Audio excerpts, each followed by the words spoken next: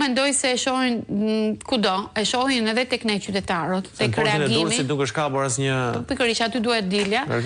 Sepse fakti se në Itali vijojnë të identifikohen rrugë të reja të narkotrafikut shqiptar, siç e kemi përcjellë në një intervistë tjetër me kolegun tënd, unë kam thënë se përveç portit të Gjoja Taurës ku janë dokumentuar se sasit të tonelatat me kokainë menaxhohen nga shqiptarët, të cilët kanë marrë tashmë territorialitetin në koncesionin e plotë të Ndrangetas, e cila nuk kërkon më të bëjë duart pis.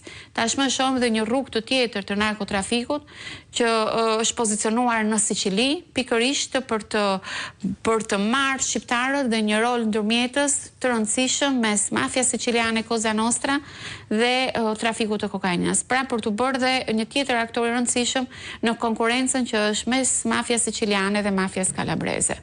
Dhe ajo çka mendoj se duhet të reflektojmë pas këtyre reportazheve dhe dokumentimeve të aksioneve të tilla është se vëmendja është jo vetëm tek ajo çka po kryhet në nivel shtetëror, por dhe ajo çka po kryhet në nivel qytetar, në nivel të aktivizmit të personave, të njerëzve qytetarëve shqiptar, të cilët pothuajse ne jemi dëshmitar që gati çdo 2 javë radio, televizion, publik italian, Mediaset përcjellin investigime të tilla dhe në Shqipëri përveç komenteve, analizave që bëjmë pas një fakti dhe një reportazhi të tillë, më pas gjithçka shkon drejt harresës.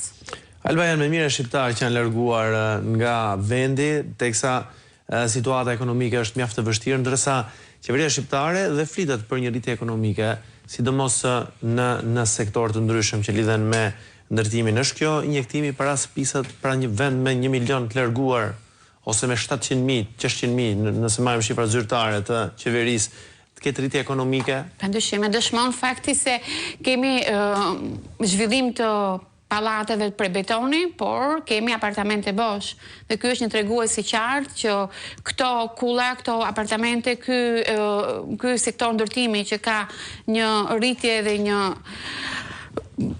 sipërfaqe metra katror, mira metra katror të cilat jepen për leje ndërtimi, nuk justifikojnë kërkesën e qytetarit shqiptar për të jetuar. Dhe ndërsa kemi mbi 1 milion shqiptarë që largohen, kemi me 10 qindra apartamente që mbeten bosh.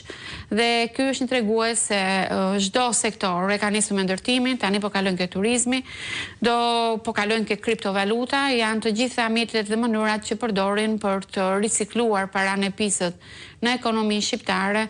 Dhe tashmë mendoj se jemi në kulmin e alarmet që duhet kemi si shtet dhe si autoritetet të cilët janë përgjegjës për mbarvajtjen e këtij vendi për të kuptuar se çfarë po ndodh. Alba, në emisionin e Rajt të mbrëm bëri përshtypje kur flitej për grupet shqiptare të cilat sipas saj luajnë një rol të rëndësishëm në shpërndarjen dhe logjistikën e kokainës në tregun evropian. Madje droga hyn në Itali, thonë aty përmes porteve si Gjoja Tauro, në mos gaboj, dhe më pas shpërndarjen në qytet. Si ka mundësi që futet në porte të Italisë kokaina, Alba?